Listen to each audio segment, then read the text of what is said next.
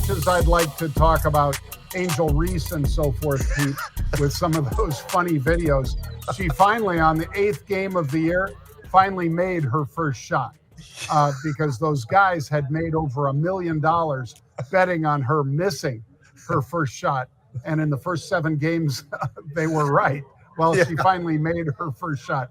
It was a breakaway, and she laid it up off the glass, and it actually went in, which is very rare for her because just the other day, she only scored, I think it was either 2 or 4 points, Pete. I think it was 4. And she had a bunch of me bounds, which are rebounds of her own shots.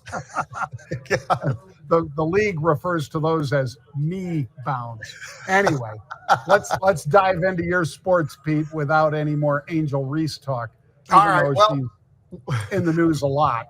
We will speak about the NBA, though, so we're sticking with basketball as that lead-in comes in there. So year over year, John, you start looking at these numbers, right? And you try to figure out what's accurate, what's not. You know, they talked about in the NBA that, wow, our ratings are really looking pretty good. Well, if you dig down into it, John, that's actually probably not true. And by the way, the NBA ratings are down 48% over the last 12 years, just to give you a little perspective of how bad things have gone. And I put it right on, and I'm on them all the time. I don't understand. If I'm an owner of a team in the NBA right now, if I'm Cuban or somebody, don't I want to go to them and go, hey, man, what are you doing so wrong that this league has turned to crap? And it really has turned to crap. I mean, when you look around and you look at what his solving thing is, John, he paints the floors. He doesn't do it himself, but he has these guys painting the floors, all these ridiculous colors and everything else, just to kind of change it up a little bit, rather than saying, hey, look, guys, this different managements of your body and everything else that you're doing is kind of killing the game. We got to come to an end to this whole thing, right? I mean, that's been a bit of a problem as well. But the load management thing is just one of the many problems. By the way, they had the least number of people watching a Game 1 finals since 1988.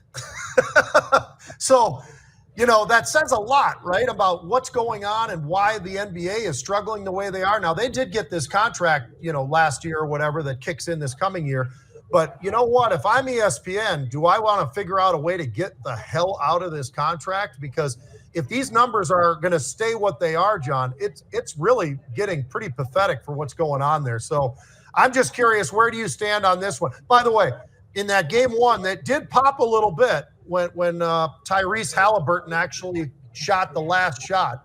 People came just to watch the very end, so it went up from like 8.9 to 11 million people or whatever watching it. But other than that, it's really gotten awful, and it's only going to probably get worse, especially if Oklahoma City plays like they usually do, which is beat people by 10 or 20 or 30 or 40 points.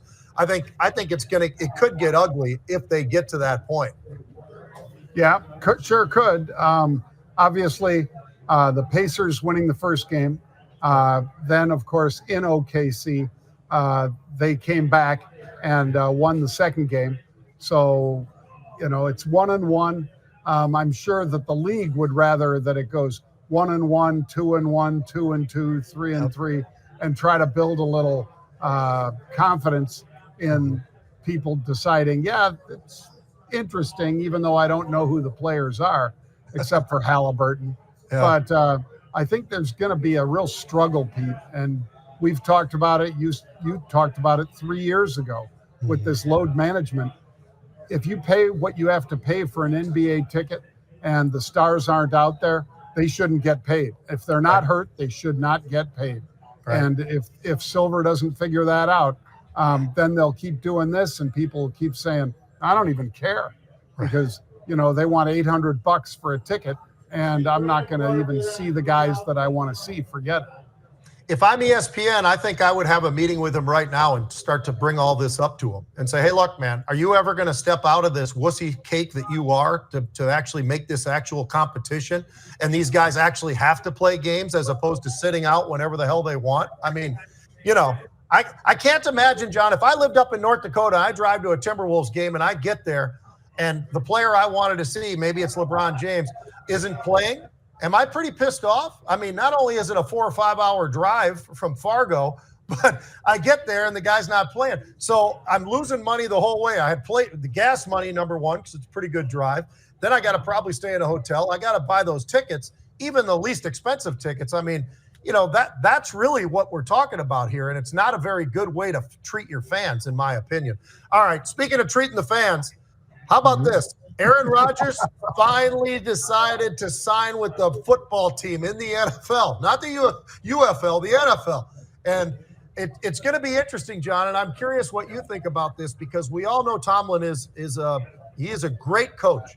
The one issue that he's had most of his career, he's had quarterbacks here and there, but most of his career, as good as he is, he hasn't had a quarterback. He hasn't had one for a while, that's for sure. So Aaron Rodgers signing with Pittsburgh, I think DK Metcalf was a great signing, and I think that was in prep to try to go out and get Aaron Rodgers, to get a guy who can throw him the ball. As bad as people want to say Aaron played last year, John, I was taking a look at it. What about this? No, not bad. He's number 8 in yards. He threw for 3,900 yards, and that actually comes along with the fact that he got sacked 40 times. He was one of the most sacked quarterbacks last year. So he doesn't have a great defense. He's got a good defense. I wouldn't put him in the great category, even though some of their numbers look okay.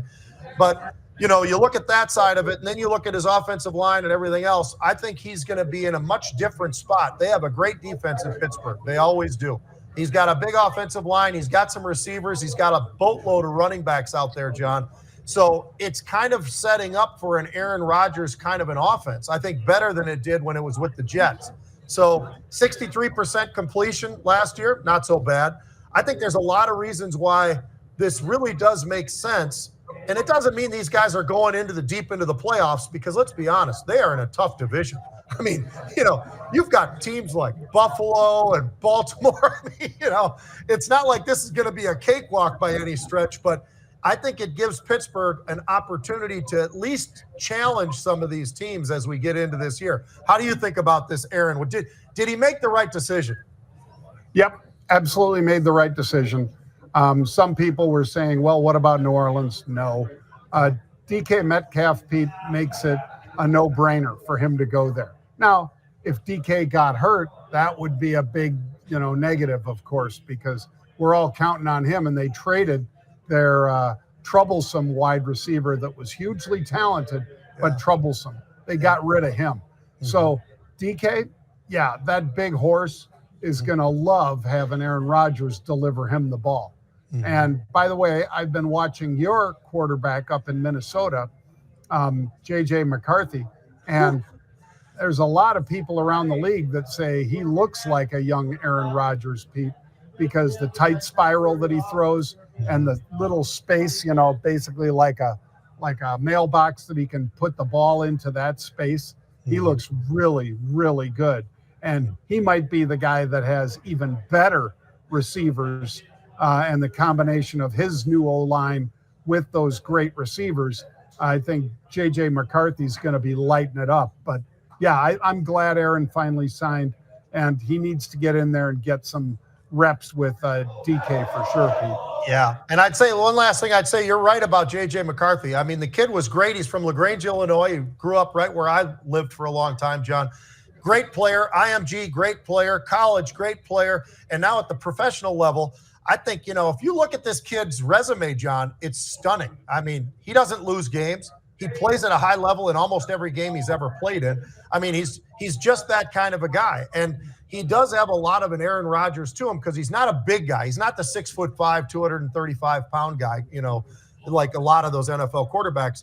But he's mobile when he needs to be, and I think he's going to be very careful because of his knee last year. But I think this kid is going to be a superstar in the NFL. I really do. He has some throws that you see on Twitter where you're just watching it going, wow, man, that's a tight spiral this guy throws, and he puts it in the one spot that the receiver can get it. So he's pretty special. I know he hasn't thrown an NFL pass yet, at least not in real season, but he's going to be a monster for the Vikings, I think. Yep, you're lucky to have him, and thank goodness the surgery went well. Yeah. They got so much better at that meniscus tear surgery that I think he'll be just fine.